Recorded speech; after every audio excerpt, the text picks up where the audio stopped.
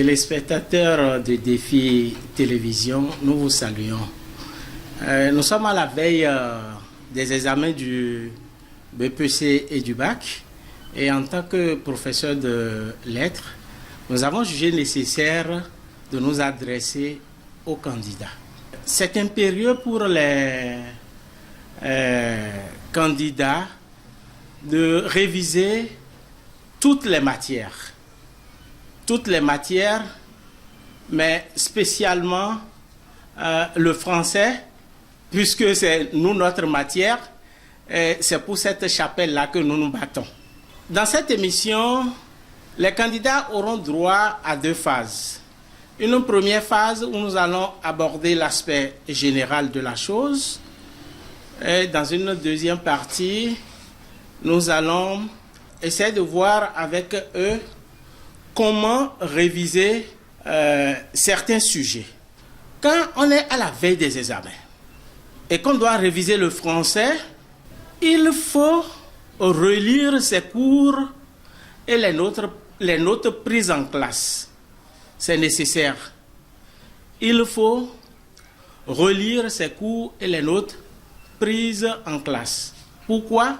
En relisant les cours et les notes prises, cela vous permet de vous rappeler toutes les notions qui ont été enseignées pendant l'année scolaire, les exercices faits en classe.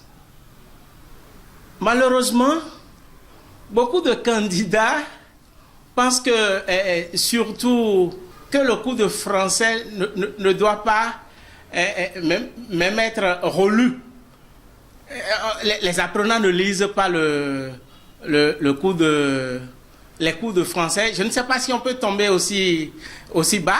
C'est une manière de se moquer de nous qui sommes enseignants de la matière. Et il y a des apprenants qui vous jettent même à la figure que non, on ne lit pas les cours de français. Écoutez, c'est à croire que là, les apprenants oublient que on applique aux exercices ce que l'on a maîtrisé théoriquement. Il faut avoir maîtrisé les notions théoriques pour pouvoir les appliquer aux exercices. Tout à l'heure, quand on sera au niveau des exercices, vous comprendrez mieux de quoi il est question. Donc, je le disais tout à l'heure, il est nécessaire de relire ces cours et les notes prises en classe. Deuxième point, quand vous êtes à la veille des examens, il faut faire des exercices pratiques. Quand je parle d'exercices pratiques, c'est des exercices de vocabulaire, de grammaire, de conjugaison pour ceux qui vont à l'examen du BEPC. Et pour ceux qui vont à l'examen du baccalauréat, il faut faire des exercices en dissertation, en résumé de test et en commentaire composé. Après ça, 3e point, nous sommes toujours dans la partie de généralité. Au niveau du 3e point, au-delà des cours, il faut beaucoup lire les tests. Lisez tous les tests qui vous tombent entre les mains. C'est nécessaire parce que cela vous permet de travailler votre style. Cela vous permet d'améliorer votre niveau de langue. Il faut suivre l'actualité parce que vous aurez à formuler des arguments. Vous aurez à illustrer vos développements. C'est nécessaire de lire. Il faut lire. 4e point, il faut pratiquer l'oral en français. Vous pouvez vous organiser un camarade. Organiser de petites discussions. Cela vous permet de pratiquer l'oral en français. Et l'intérêt, c'est d'améliorer votre style. C'est d'améliorer votre niveau de langue. Voilà ce que vous pouvez retenir de façon générale. Maintenant, quand on va vers les sujets, je prends les candidats qui vont à l'examen du BEPC.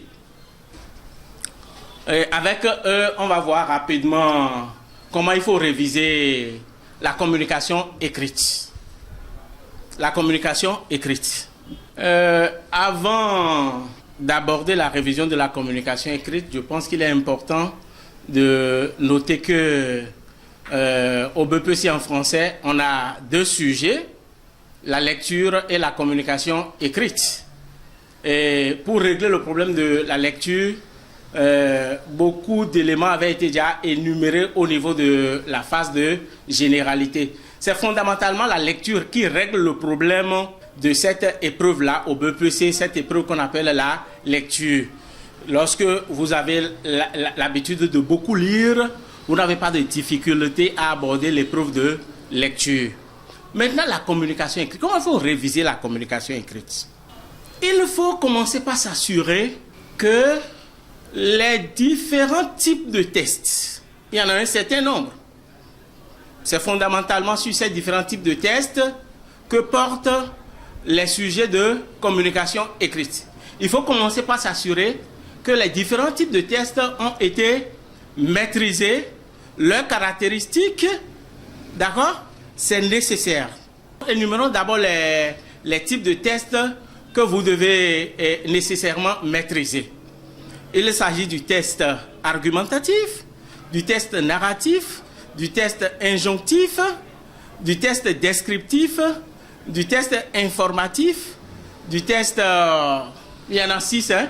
Il y en a 6. Je ne sais pas si j'ai déjà énuméré les 6, mais j'ai tout donné une astuce à mes apprenants. Le type de test se termine par TIF. Quand on demande le type de test, n'allez pas raconter autre chose. C'est pourquoi on a argumentatif. Le type de test se termine par TIF. C'est fondamental.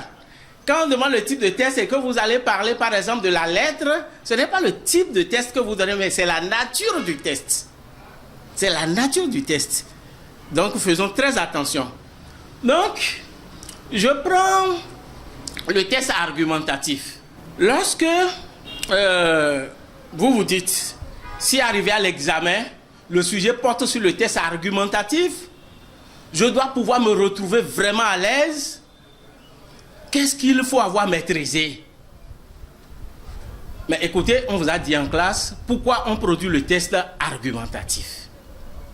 Vous devez nécessairement savoir, c'est là où j'ai parlé, c'est là où je reviens sur les caractéristiques des types de tests. Pourquoi on produit un test argumentatif? Je prends un exemple de sujet qui peut amener à produire le test argumentatif.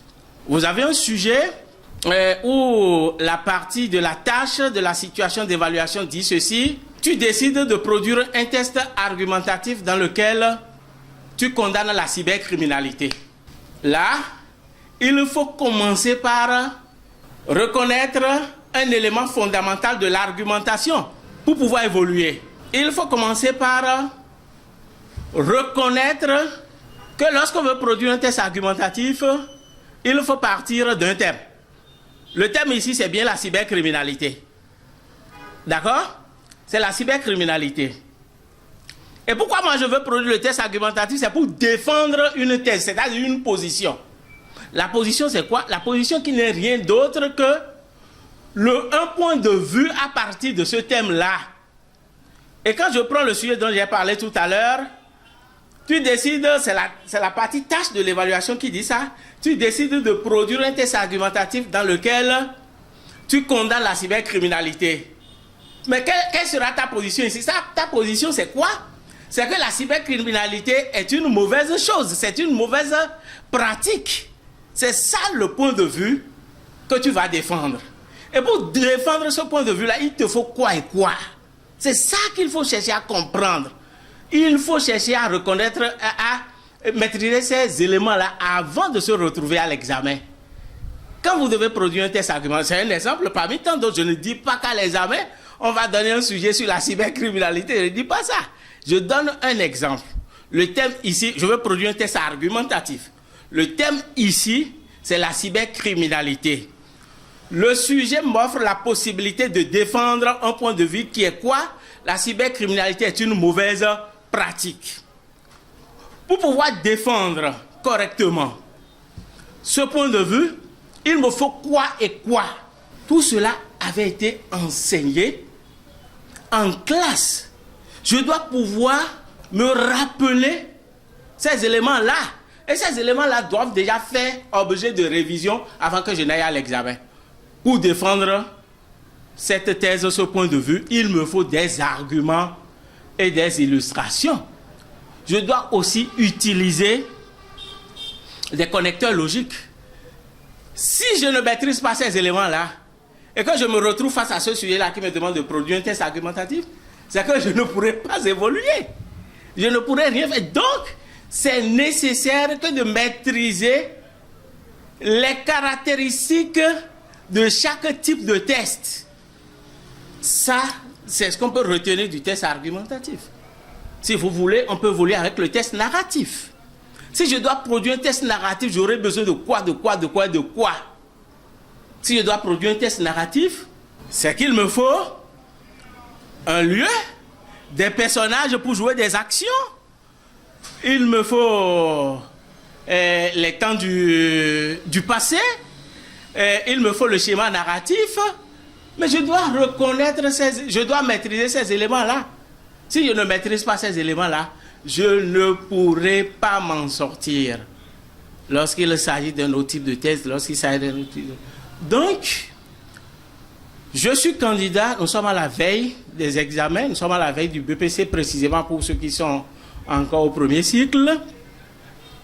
Alors, quand il s'agit de la révision de la communication écrite, il me faut maîtriser ou reprendre mes cours sur les différents types de tests. C'est nécessaire. Il me faut faire beaucoup d'exercices de grammaire, de conjugaison, de vocabulaire. Il me faut également pratiquer la langue. N'oubliez pas, ici, nous sommes en français et le style et la langue sont notés. C'est des choses dont on ne vous parle pas toujours. C'est nécessaire. C'est des choses dont il faut tenir compte. Donc voilà ce qu'on peut retenir par rapport, quelques éléments qu'on peut retenir par rapport au niveau 1. Quand nous prenons les candidats au bac, là, je pense que ceux-là, ils ont l'obligation de se rappeler surtout les méthodologies et les démarches. Écoutez, j'en avais parlé tout à l'heure au niveau de la partie généralité. Lorsque théoriquement vous ne savez pas, je suis en dissertation. Là, je suis en dissertation. Lorsque théoriquement vous ne savez pas comment il faut produire l'introduction en dissertation, n'allez pas me dire que vous allez pouvoir produire une bonne introduction face à un sujet. Il faut avoir maîtrisé les différentes sous-parties d'une introduction avant de pouvoir appliquer cela à un sujet. C'est nécessaire. Donc, je reviens sur ce que je disais tout à l'heure. C'est nécessaire que de relire les cours, de les relire, de relire les notes prises en classe pour pouvoir se rappeler ce qu'il faut faire afin d'avoir une bonne moyenne.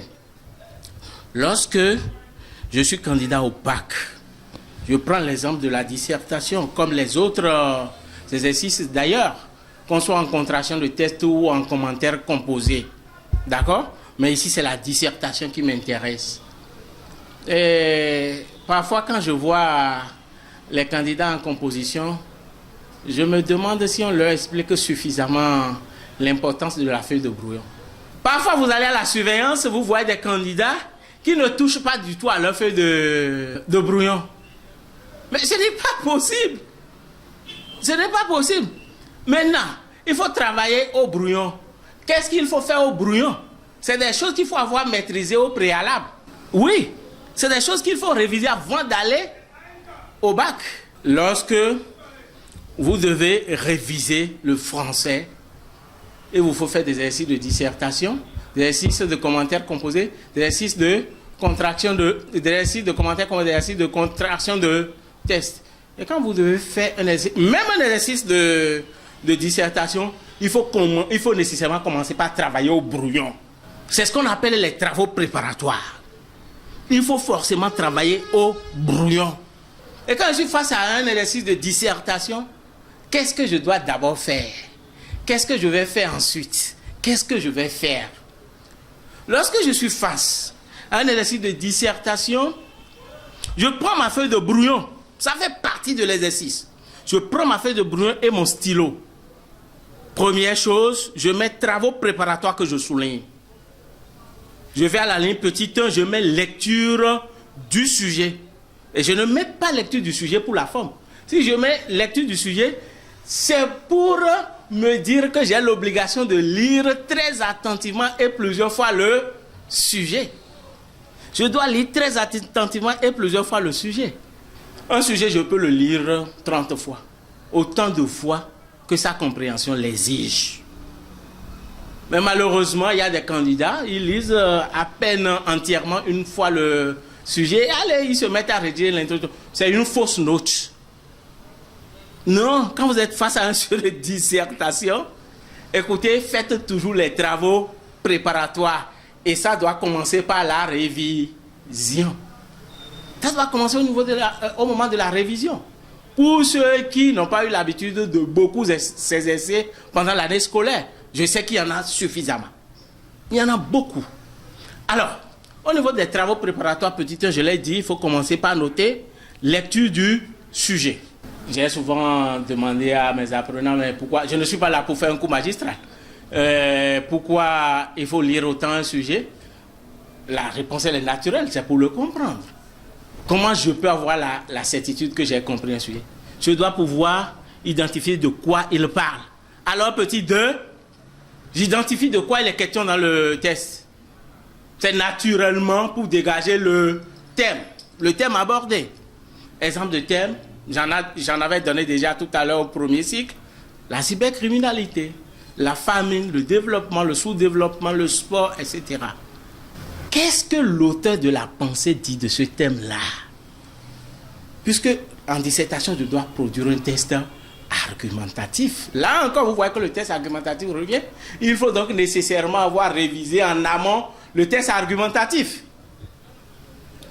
Si je ne révise pas le test argumentatif, c'est que je ne pourrai pas réussir le développement en dissertation. Non, je ne pourrai pas réussir le développement. Parce que quand je suis en dissertation et que je finis avec l'introduction, le test que je produis au niveau du code du devoir est absolument argumentatif. Et pour pouvoir donc réussir le code du devoir, il faut avoir maîtrisé le test argumentatif en amont. Donc c'est nécessaire.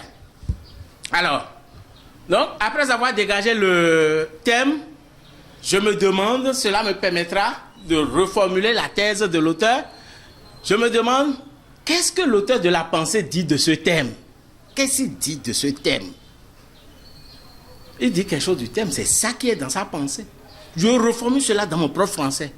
Ça me donne l'assurance que j'ai compris sa pensée. Alors, autre chose que je peux encore faire, c'est dégager le problème. Mais moi, je pense que ce débat-là, c'est un débat d'école. Le thème le problème posé est dans la thèse de l'auteur. Ça, je l'ai souvent dit. D'accord? Le plus important ici, c'est que l'apprenant doit pouvoir se demander qu'est-ce que l'auteur dit du thème, de quoi il est question dans le... Qu'est-ce que l'auteur dit de ça? Il a dégagé le thème, il a reformulé la thèse, d'accord? Mais c'est à partir de cette thèse-là qu'il veut produire son développement. Mais il ne va pas regarder en l'air pour produire un type de développement. Ah là, il doit pouvoir se demander, face à ce sujet-là, moi, quel est mon travail qu'on me demande de faire? On me demande d'orienter mes réflexions comment? Et là encore, s'il arrive à faire ce premier travail, il faudrait qu'il soit à même de dire, quand je me retrouve face à tel type de consigne, elle me demande de produire tel type de développement. Parce que toutes les consignes ne demandent pas le même type de développement. Alors, chers candidats, retournez à vos cahiers tels que je l'ai dit et relisez très rapidement vos cours sur ce que disent les consignes. Donc, après la reformulation de la thèse, il se demande alors le travail qu'on lui demande de faire à partir de ce sujet-là. Donc, c'est la consigne qui va lui indiquer le travail qu'il a à faire. Allez voir dans vos cahiers de cours le travail que chaque consigne demande de faire. Après cela, maintenant, je sais ce qu'on me demande de faire. Je passe à l'élaboration du plan du code du devoir, cher candidat. Si je n'élabore pas le plan du code du devoir, je ne peux jamais rédiger une bonne introduction. Vous allez me demander pourquoi. C'est pourquoi je disais tout à l'heure que lorsqu'on se retrouve face à un sujet de dissertation, après la première lecture, on ne se met pas à rédiger l'introduction. On n'ira pas loin. Il faut avoir fini avec l'élaboration du plan du code du devoir pour pouvoir rédiger une bonne introduction. Simplement parce que la dernière sous-partie de l'introduction, c'est ce qu'on appelle l'annonce du plan du code du devoir. C'est-à-dire ce que je vais faire dans le code du devoir. Si je n'avais pas élaboré le plan du code du devoir, si je n'ai pas une idée claire de ce que je vais faire dans le code du devoir, je ne peux pas bien élaborer le plan du code du devoir. Puisqu'au niveau du plan du code du devoir, c'est là où je dis ce que je vais faire dans le code du devoir. C'est cela qu'on appelle l'annonce du plan. Donc il faut avoir d'abord une idée claire de ce que l'on va faire dans le code du devoir avant de pouvoir bien annoncer le plan. Chers candidats, tout ça, ça se reprend au niveau de la révision. C'est fondamental. Et c'est quand j'ai fini maintenant avec les travaux préparatoires. En combien de phases? Première phase, il faut lire très attentivement et plusieurs fois le sujet proposé. 2, il faut dégager le thème à partir de la question de quoi il est question dans ce sujet. 3, il faut reformuler la thèse de l'auteur à partir de la question qu'est-ce que l'auteur dit du thème. 4, moi là, qu'est-ce qu'on me demande de faire? Et pour savoir ce qu'on me demande de faire, c'est que j'analyse la consigne proposée. C'est quand je finis avec tout ça là que je passe à l'élaboration du plan du code du devoir. Et quand je viens finir avec tout ça, maintenant, je peux me mettre à rédiger mon développement proprement dit. Je suis prêt. J'ai les armes nécessaires maintenant pour produire mon développement. Et là, pour réussir le développement, il faut avoir maîtrisé la méthodologie. Le développement d'un sujet de dissertation, ce sont les éléments de base. Le développement doit comporter 3 parties essentielles. L'introduction. Mais il faut, je l'avais dit déjà, il faut être à même de se rappeler les différentes sous-parties d'une introduction et être capable de dire ce qui se passe au niveau de chaque sous-partie. Si vous n'êtes pas capable de vous dire ce qui se passe au niveau de chaque sous-partie, vous ne pouvez pas rédiger une bonne introduction. Je reviens là encore sur l'importance de lire et de relire les cours. Vous avez fini avec l'introduction. Comment fonctionne le code du devoir? Il faut commencer par énoncer clairement la thèse à développer. Il faut énoncer clairement la thèse à développer. Alors, après avoir énoncé clairement la thèse à développer, il faut quoi? Il faut quoi? Il faut quoi? Je l'avais dit aussi tout à l'heure. Là, c'est un test argumentatif que je veux produire au niveau du code du devoir. Lorsque j'ai énoncé clairement la thèse, il me faut maintenant trouver des arguments et des illustrations. Et pour introduire les arguments et les illustrations, chers amis, il me faut faire un bon usage des connecteurs logiques. Et quand je finis avec ça, je passe naturellement à la conclusion. Et là encore, pour pouvoir produire une bonne conclusion, il faudrait que je sois capable de dire, lorsque je suis en dissertation, une conclusion doit comporter 3 sous-parties, à savoir le bilan des idées développées dans le code du devoir, l'opinion personnelle du candidat, et enfin ce qu'on appelle l'ouverture. Si je ne sais pas, dites-moi, est-ce que je pourrais réussir le développement d'un sujet de dissertation? Voilà ce qu'on peut retenir du premier sujet au bac en français. La dissertation, on n'aura pas le temps d'aller vers les autres sujets, mais on va en parler très rapidement. Le deuxième sujet, c'est le commentaire composé. Et là encore, si vous choisissez, puisque vous êtes libre, si vous choisissez d'aborder le commentaire composé, il faut forcément passer par les travaux préparatoires.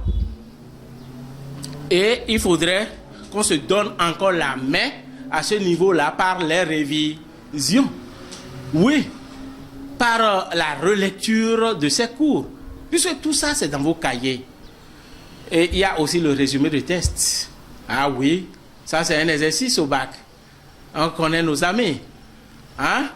Et là, chers amis, revoyez très rapidement les travaux préparatoires à faire face à un test à résumer. Quand j'ai un test à résumer, qu'est-ce que je dois faire très rapidement? Il me faut le lire très attentivement, comme j'ai lu l'autre a lu le sujet de dissertation. Il me faut le lire très attentivement et plusieurs fois aussi. Après ça, il faudrait que rapidement j'essaie de voir de quoi il est question dans le test aussi.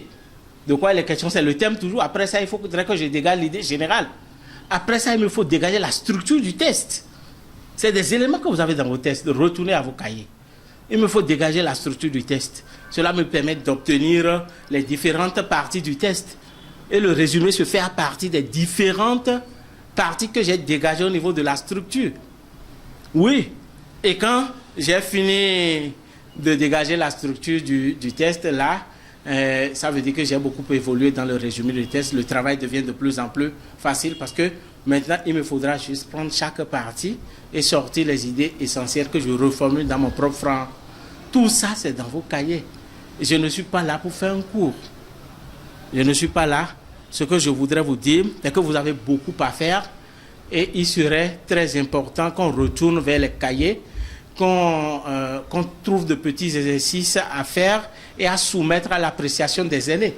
Parce que ce n'est qu'en forgeant qu'on pourrait devenir forgeron. C'est très important, chers amis. Il est temps qu'on cesse de s'amuser avec le français. J'ai souvent dit ceci à mes apprenants. Si vous êtes suffisamment ambitieux, si vous pensez que vous ferez partie des meilleurs au bac, c'est que vous ne devez pas vous amuser avec le français. Pas avec une matière. Parce que quand vous êtes assez ambitieux et que vous voulez faire partie des meilleurs, vous devez avoir au moins 15-16 en français. Autrement, vous ne ferez pas partie des meilleurs.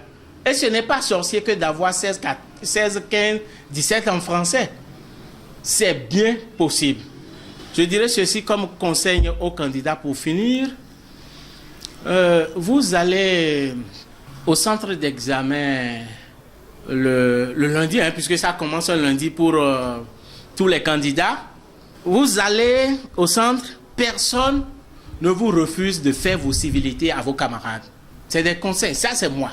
Personne ne vous refuse de faire des civilités et vos civilités à vos camarades. Mais après les civilités, dirigez-vous vers votre salle de composition. Allez vous asseoir à votre place. Un examen ne peut pas être une occasion de distraction. Quand vous faites vos civilités à vos camarades, allez vous asseoir à votre place. Un examen, c'est un lieu de concentration. C'est un moment de concentration. Allez vous asseoir. Quelle que soit votre croyance, priez, attendez votre épreuve dans la foi et dans l'espoir. C'est très important. Vous allez à l'examen et vous vous mettez à courir dans tous les sens. Ça ne marchera pas, chers amis. On aura certainement le temps d'aborder d'autres sujets. C'est le moment de dire merci à Défi Télévision. Bonne chance à nos candidats.